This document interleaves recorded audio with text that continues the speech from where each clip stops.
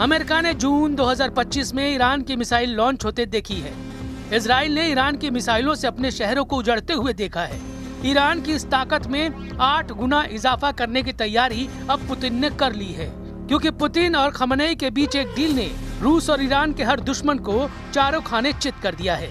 इसलिए कहा जा रहा है कि ईरान को पुतिन वाली बड़ी ताकत मिलने जा रही है। रूस अब ईरान में 1-2 नहीं बल्कि 8 परमाणु प्लांट बनाने जा रहा है। इसमें 4 प्लांट बुशहर में बनाए जाएंगे, जहां का परमाणु अड्डा पहले से अमेरिका और इजराइल के टारगेट पर है। यानी जब ईरान के परमाणु कार्यक्रम पर ट्रंप और नेतन्याहू फिर से ब्रेक लगाना चाहते हैं, उसकी ताकत पुतिन ने 8 गुना बढ़ाने का फैसला कर लिया है। कहा जा रहा है कि पुतिन और खमेनेई की पार्टनरशिप ने नेतन्याहू और ट्रंप के गठजोड़ को डायरेक्ट चैलेंज दे दिया है। ये खबर इसलिए भी बहुत बड़ी है क्योंकि जिस वक्त ईरान की मिसाइलों का खौफ पूरे इजराइल में फैला हुआ है, जब ईरान के परमाणु कार्यक्रम की टेंशन में पूरा व्हाइट हाउस घिरा हुआ है, तब पुतिन और खमेनेई की केमिस्ट्री ने ट्रंप और नेतन्याहू को बुरी तरह से डरा दिया है।